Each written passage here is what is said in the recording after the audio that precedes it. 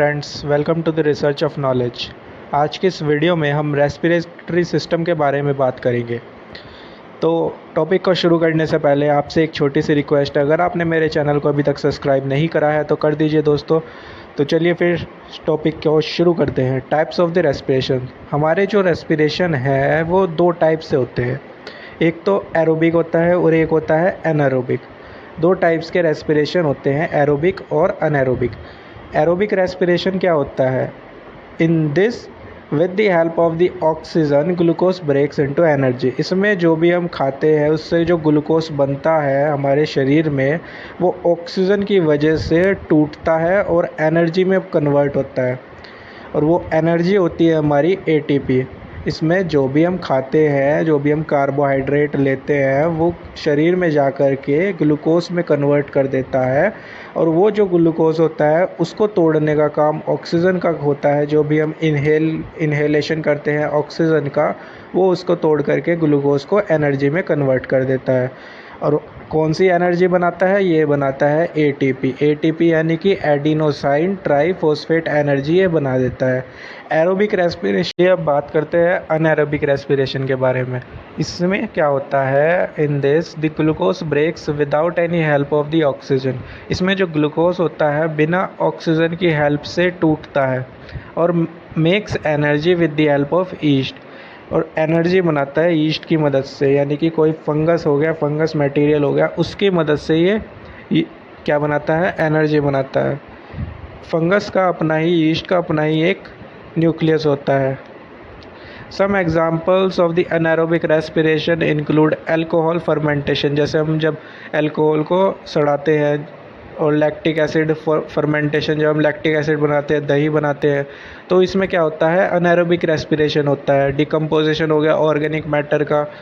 तो जो इसकी इक्वेशन होगी वो ये होगी, ग्लूकोज प्लस एंजाइम, जो भी आप एंजाइम है, जो भी प्रोटीन्स है, equal to carbon dioxide plus के इथेनॉल और या फिर लैक्टिक एसिड बनाएगा। ठीक है नहीं?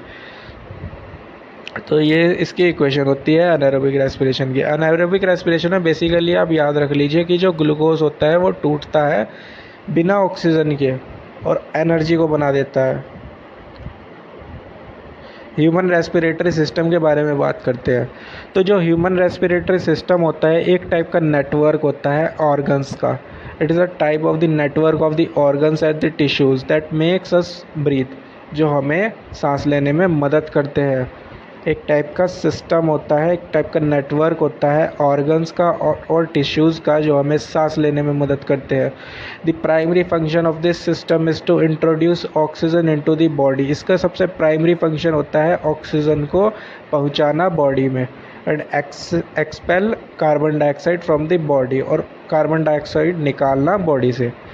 आप देख सकते हैं ये होता है हमारा ह्यूमन रेस्पिरेटरी सिस्टम, जिसमें एक नेसल पैसेज होता है, एक माउथ कैविटी होती है, फिर फायरनेक्स आता है, फिर लायरनेक्स आता है जिसको हम वॉइस बॉक्स कहते हैं, उसके बाद ट्रैकिया आता है, कार्टिलेजेस की रिंग्स आती है जो इसको जोड़ती है ट्रैकिया को, फिर हमारा ब्रोंची आता है, फिर ब्रोंचियोल्स आते हैं, एल्वियोली सैक आता है, डायफ्राग्म आता है, रिब्स आती है। ये जो रिब्स होती है जो लंग्स को प्रोटेक्ट करके रखती है, बोन्स जिसको हम कहते हैं जो लंग्स को प्रोटेक्ट करती है, फिर लंग्स होते हैं। तो इस टाइप से हमारा ये रेस्पिरेटरी सिस्टम होता है।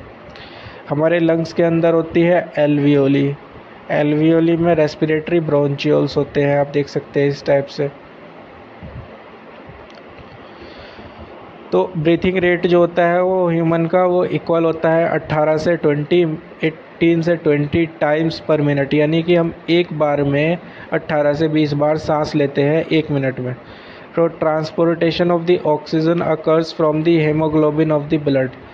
जो ट्रांसपोर्टेशन होता है ऑक्सीजन का, जो सप्लाई होती है ऑक्सीजन की हमारी बॉडी में, वो होती है through haemoglobin of the blood से। हेमोग्लोबिन का मतलब होता है, हेमोग्लोबिन एक टाइप का प्रोटीन होता है आपके रेड ब्लड सेल में, जो कैरी करता है ऑक्सीजन को to your body's organs and tissues.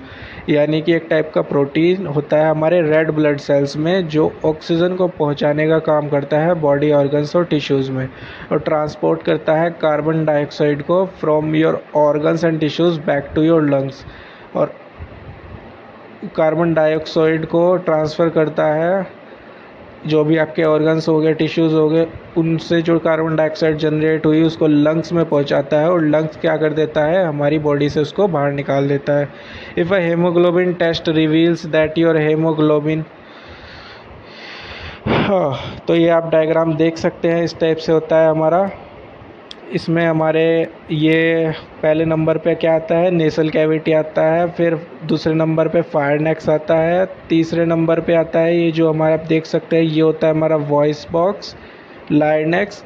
फिर आता है हमारा ट्रैकिया, 4 नंबर पे ट्रैकिया आता है। उसके बाद आता है ब्रोंची, ब्रोंची 5th नंबर पे आता है। आप देख सकते हैं ये जो दो चीज़ें जोड़ करके रखते हैं इसको हम ब्रोंची कहते हैं, ब्रोंची।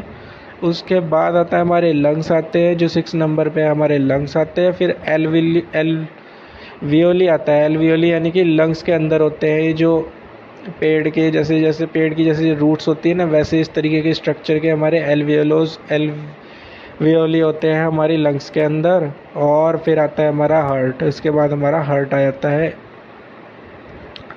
जिसको होल्ड करके रखता है डायफ्राग्म। डायफ्राग्म यानी कि ये जो होता है ये हमारे हार्ट को होल्ड करके रखता है, डायफ्राग्म आप देख सकते हैं। उसके बाद the energy is generated by the breakdown of the glucose molecules in all the living organisms of the cells of the human body.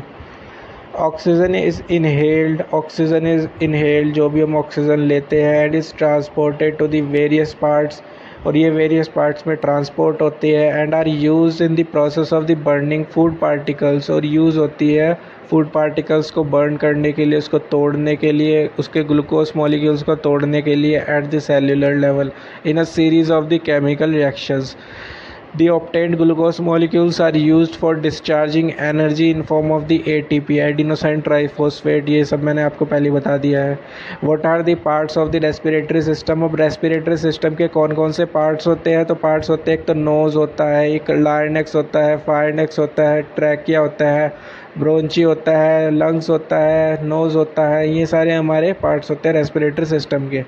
जो ह्यूमन नोज़ होता है वो एलो करता है, एयर को एंटर करता है हमारी बॉडी में और फिल्टर कर देता है जो भी उसमें एयर में डेब्रिस होता है, वॉर्म्स होते हैं, मॉइस्चर्स होते हैं, उसको फिल्टर करके हमारी बॉडी में पहुंचा देता है nose. Your nose gives you a sense of a smell. Your आपका जो नोज़ होता है वो आपको स्मेल कराता है, आपको सेंस देता है स्मेल कराने की, और helps this shape your appearance. Larynx के बारे में बात करें तो लायनेक्स लोकेट होता है, आप देख सकते हैं, वोकल कॉर्ड इसको हम कहते हैं, ये होता है हमारा लायनेक्स। ये जो रेड कलर का आप देख सकते हैं ना ट्रैकिया के ऊपर, इसको हम लायनेक्स कहते हैं।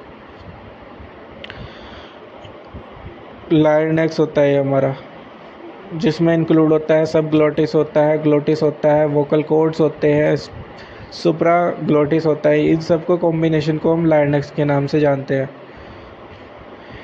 It is a hollow tube, ये एक टाइप की होलो ट्यूब है that lets air pass from your throat.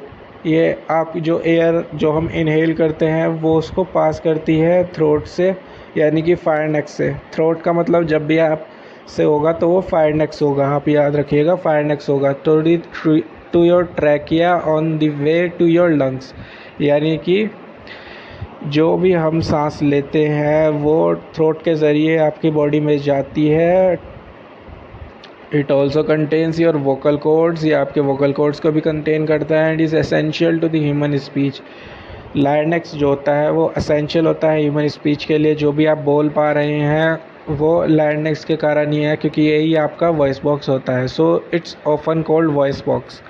फायरनेक्स के बारे में बात करते हैं तो फायरनेक्स क्या होता है? फायरनेक्स यानी कि अपर रेस्पिरेटरी ट्रैक, जिसको हम क्या करते हैं, फायरनेक्स को अभी मैंने बताया था आपको, फायरनेक्स को यानी कि आपका थ्रोट होता है, ये फायरनेक्स ही आपका थ्रोट होता है। Upper respiratory tract, nasal cavity आप लोकेट कर सकते हैं। फिर फायरनेक्स आता है, ये जो फायरनेक्स होता है ये वाला फायरनेक्स, ये आप देख सकते हैं फायरनेक्स होता है इस तरीके से यहाँ पर। फिर लायनेक्स उसके नीचे आता है फायरनेक्स के।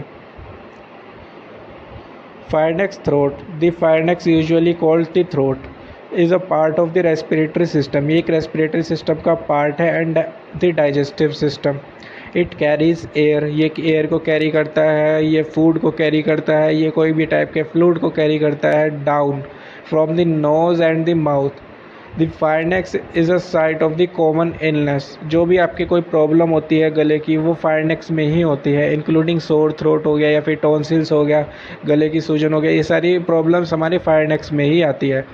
ट्रैकिया के बारे में बात करें तो ट्रैकिया ह्यूमन रेस्पिरेटरी सिस्टम में आप ये लोकेट कर सकते हैं। ट्रैकिया ये होता है हमारा ट्रैकिया, ब्लू कलर से आप देख सकते हैं trachea.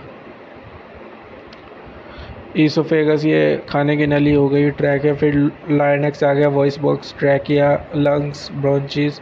So your trachea's main function क्या होता है, is to carry air in and out of your lungs. यानी कि ट्रैकिया का काम होता है जो एयर आपने इनहेल करी उसको लंग्स तक पहुंचाना और लंग्स में जो एक्सहेल करके जो CO2 बनाएगा, CO2 को बाहर निकालना, ये ट्रैकिया का काम होता है। Because it's is a stiff flexible tube, ये एक टाइप की फ्लेक्सिबल ट्यूब होती है। It provides a reliable pathway for the oxygen to enter your body. Bronchi के बारे में बात करते हैं तो ये जो झाड़ी जैसी चीज़ आप देख सकते हैं, जो रूट्स जैसी चीज़ होती है, रूट्स जैसे लोकेशन इसकी डायग्राम सा होता है हमारे लंग्स के अंदर, इन्हीं को हम ब्रोंची कहते हैं। इनको तो एल्वियोली कहते हैं, सॉरी, इनको एल्वियोली कहते हैं। जो ब्रोंची होता है ये होता है आपके जो दो चीज़ें होती है ना, ट्रैकिया से दो चीज़ें निकलती है, आप देख सकते हैं, इन्हीं को हम ब्रोंची कहते हैं, जो एल्वियोली को कनेक्ट करती है। इसका काम क्या होता है, ब्रोंचीज प्राइमरी फंक्शन जो होता है as a passage way for air to travel. ये एयर को ट्रैवल करता है from mouth to the trachea and down to the alveoli तक एयर को पहुंचाता है and back out of the body, और बॉडी से बाहर को निकालता है। जो भी कार्बन डाइऑक्साइड बनती है वो ब्रोंची के ज़रिए ही आपके बॉडी से बाहर निकलती है। In this way the body tissues receive oxygen, जो बॉडी के टिश्यू है वो ऑक्सीजन को रिसीव करते हैं इस तरीके से, और carbon dioxide is able to exit the out of the body. फिर लंग्स के बारे में अगर हम बात करें, the lungs and respiratory system allow us to breathe, ये हमें ब्रीथ के लिए अलो करता है। They bring oxygen in to our body called inspiration और इनहेलेशन जिसको हम कहते हैं, and sends carbon dioxide out जिसको हम एक्सपिरेशन या फिर एक्सहेलेशन कहते हैं। This exchange of the oxygen और द कार्बन डाइऑक्साइड, इसी को हम रेस्पिरेशन कहते हैं।